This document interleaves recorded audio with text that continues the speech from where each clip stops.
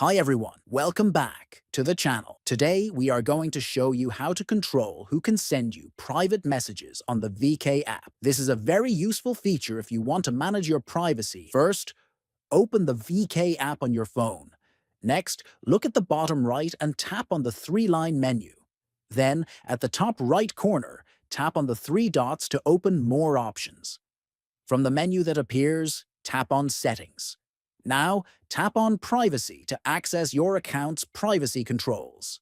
Then, scroll down until you see the option Who can send me private messages. Tap on it to open the selection menu.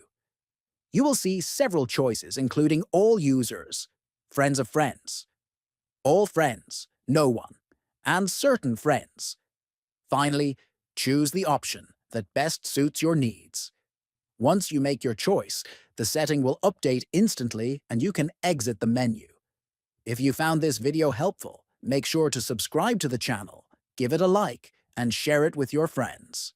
Thanks for watching.